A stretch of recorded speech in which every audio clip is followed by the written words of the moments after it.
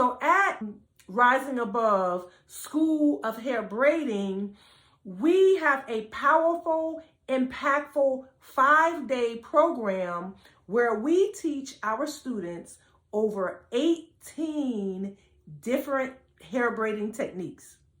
We help them become licensed in their state. I am not just a hair braider. I am not just a cosmetologist. I am a cosmetology instructor. So I help my students become licensed, whatever it is. You know, every state is different. Some states may not even require licensing.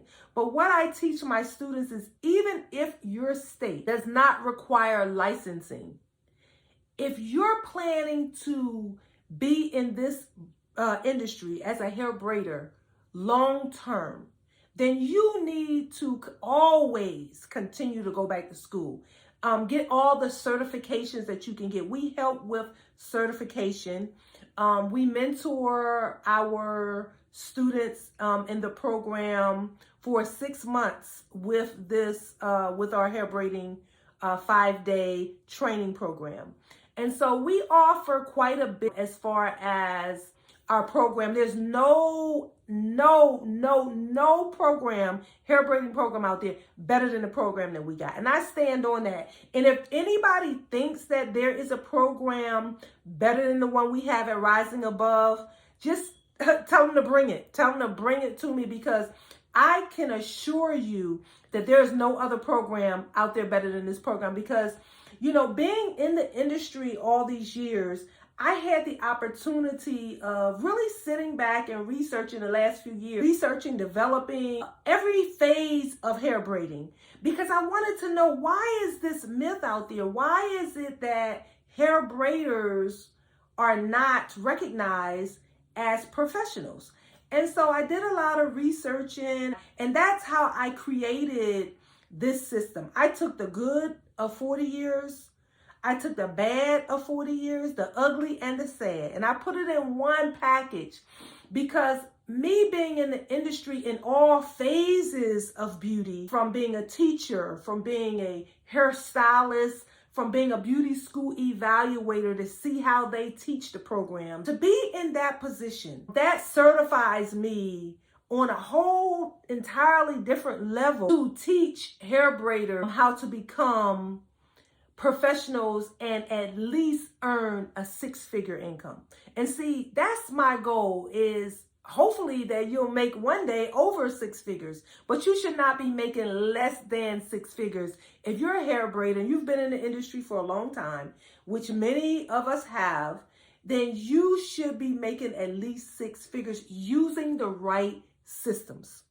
So basically, I take my systems, my processes, my tools, and I teach and train you in 5 days how to apply these tools to your business and totally change your business around. Give it a new face, give it a whole new value system, so that when your customers come in and they look at what you're doing, they will be able to say, wow, you know, this is on a different level. And they won't question your prices. They won't question who you are, because they will see that from the moment they walk in your facility.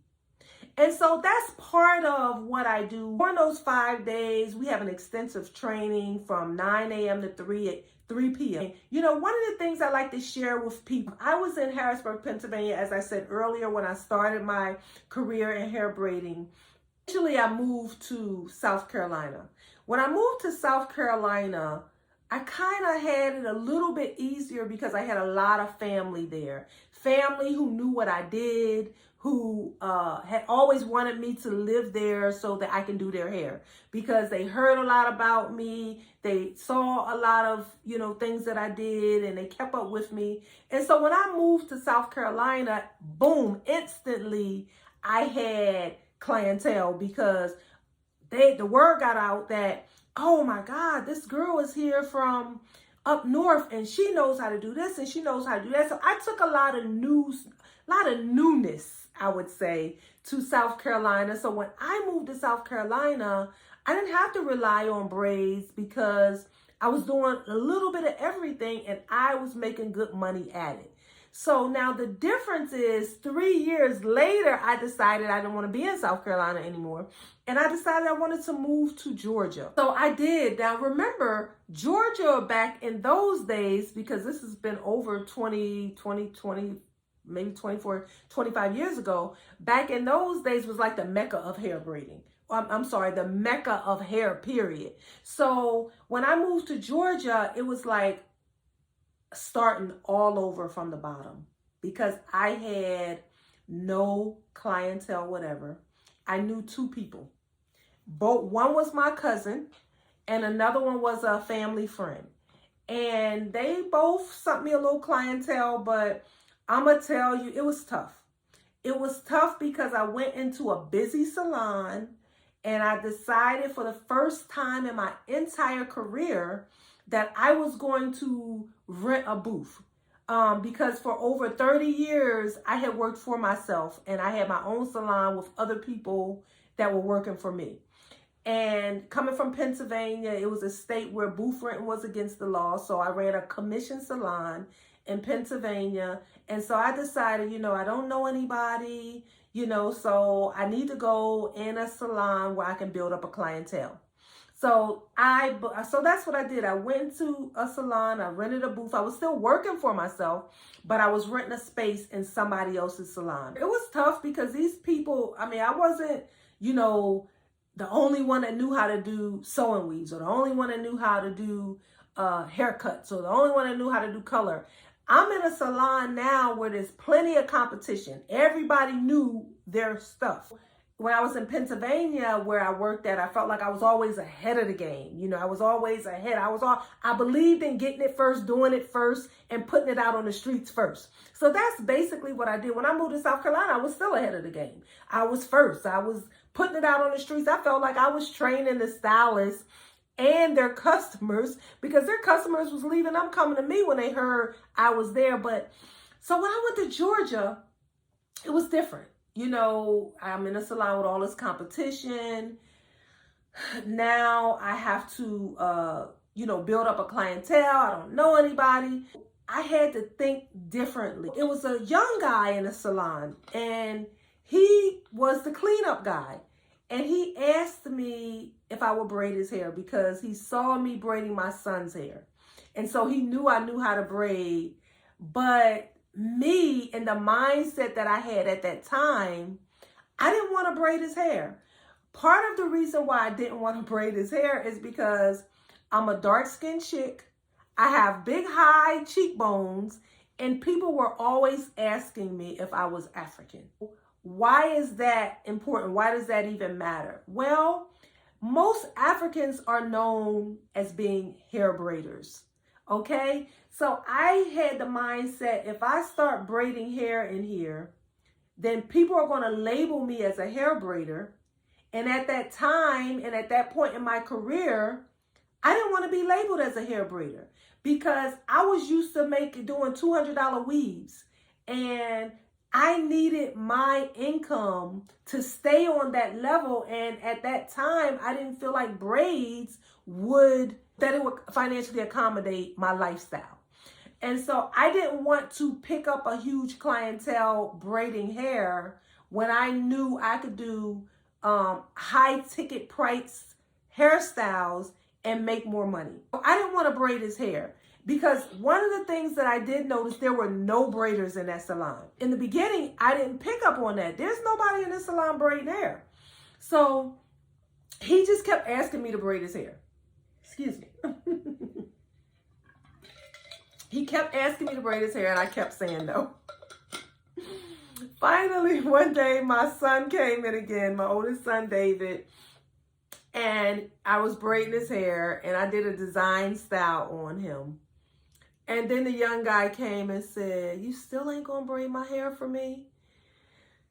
And finally I said, "You know what, Amanda? Braid the boy's hair. He's in here working and he has a legit job and he seemed like a good guy." And I said, "I'm going to braid his hair." And I did. I braided his hair. Little did I know that this young boy had 2 brothers that were professional boxers. And he had his family knew everybody in the community where the salon that I was working in was located.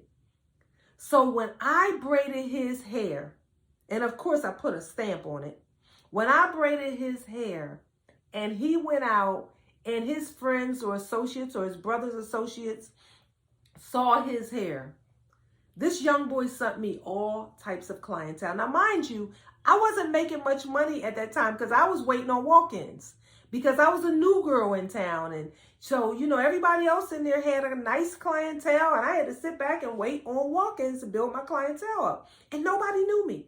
Nobody knew who I was. You know, they didn't hear anything about me because I was new in town. And he sent me all his clientele. And just what I didn't want to happen, be labeled as a hair braider, is exactly what happened at that time. So I said, oh my God, I said, you know, I'm getting all these customers, but guess what? I needed money. I had just went through a divorce. I had just moved to a new city. I had 3 children at this time. I had a house to pay for at this time, and I needed money. So I started getting flooded with men coming in to get their hair braided because at that time, Spree-Wells, athletes were really, really wearing braids. Spree-Wells and the Iversons were very, very popular at that time. So I'm like, wow, I said, you know, and I say people were charging around $25 to $30 to do hair, to do braids on men. And if they got any special designs, it might have been $40 or $45. What I did was I started doing their hair, and then I'm thinking, how do I turn this $40 into $70 or $80? Because this is the clientele that I have right now, and this is the only thing I have to work with. That was my mindset. I have to use what I got to get where I'm trying to go. So I said that to myself, and then I decided, you know, most of them that were coming in to get their hair braided, their hair was already shampooed. I know as a professional that we say we shouldn't do people's hair if it's not shampooed. But see, that's another thing about hair braiders. Most hair braiders don't shampoo the hair, again, because they do not consider themselves as professional cosmetologists. And so all they want to do, and they don't have time. They just figure, I don't have time to shampoo, blow your hair out, and do all of this and that. All I want to do is braid your hair. They're not thinking that the more I do, the more money I make. You know, so they're just thinking, I just want to braid your hair.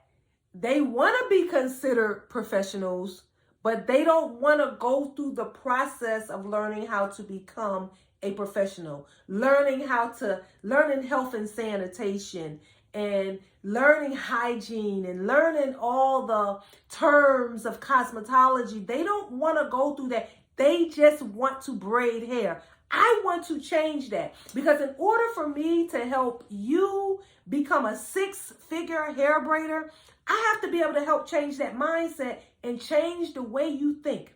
So most of the hair braiders are out there fighting the states, and what they don't realize is they are limiting themselves, and people are not respecting them as professionals. So that's why they're coming in saying, well, I only got $50, or I only got $100, when you know it's about to take you 6 hours to do this hairstyle. And so now, and then everybody's out here braiding. Little kids are braiding. Your mom is braiding. Your aunt's braiding. This person's braiding. That person's braiding. So all of that determines the success of the hair braiding industry. So the bottom line is, when I started picking up this clientele for men on hair braiding, just like I did when I first started braiding in Pennsylvania, when I first started hair period, I started picking up a clientele the same way. That's when I said, you know what? I need more money. I love, you know, doing them. They were coming in, they would pay me that $40, $45, and then they would give me a tip on top of that. But I got a house to pay for. I need food on the table. I got utilities to pay for. I still got to get my supplies for my business because of the fact that I was renting a booth. I was still working for myself. So I had to supply my own products that I needed to do my clients. So I just decided, you know what? I'm getting ready to shampoo their hair. I'm getting ready to apply a treatment, blow them out, apply some leave-in conditioner, put a do-rag on their hair, put some styling foam on their hair. I'm getting ready to make this a whole new service. I am going to take this service to another level. And guess what?